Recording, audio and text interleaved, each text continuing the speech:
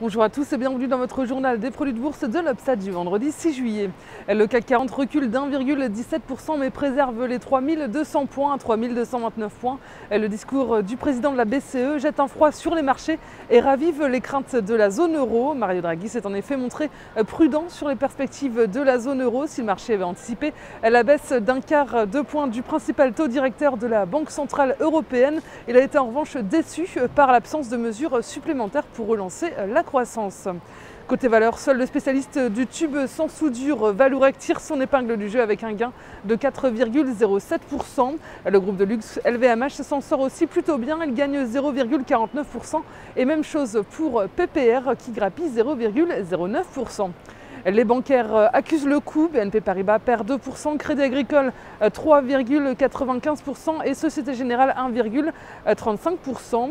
C'est Veolia Environnement qui se retrouve en bas du podium en baisse de 5,79%. Outre-Atlantique, le Dow Jones cède 0,36%, le Nasdaq est tout juste à l'équilibre alors que les chiffres de l'emploi sont attendus aujourd'hui. Les investisseurs américains jouent la prudence. Les investisseurs attendaient également l'indice des directeurs d'achat pour des services au mois de juin.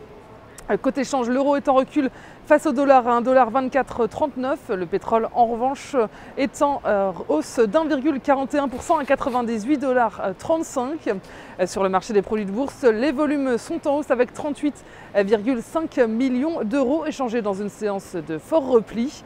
En ce qui concerne la répartition par type de produit, les certificats sont stables à 82% des échanges et les varants également à 18%.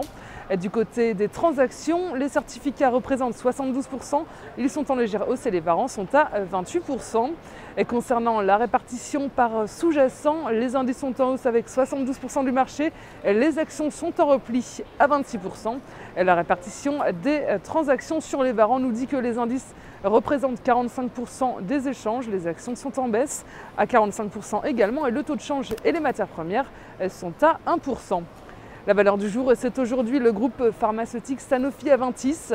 Le titre a validé une configuration de continuation haussière en biseau d'élargissement et développe de nouveau un mouvement mesuré ascendant. L'indicateur de vitesse RSI évolue au-dessus de sa zone de neutralité, tant que le support est à 56,60 €, visé 65 puis 67,35 €. La stratégie qui vous est proposée pour jouer cette valeur, c'est l'achat du Warrant Call Sanofi à 2134 T d'Unicredit au prix d'exercice de 60 € et d'échéance au 7 décembre 2012. Voilà, c'est tout pour aujourd'hui. Bon week-end et à lundi.